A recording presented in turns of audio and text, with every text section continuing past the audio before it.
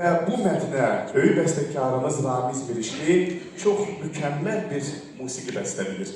Və bugün həmin o mahnı Ulu Öndərin sevdiyi əsərlər sırasındadır ki, bu axşam mütləq onu səsləndirəcəyik. Təranə Yusifovanın işləməsində, solo isə Xəyal Qasımov ifa edəcək. Buyurun.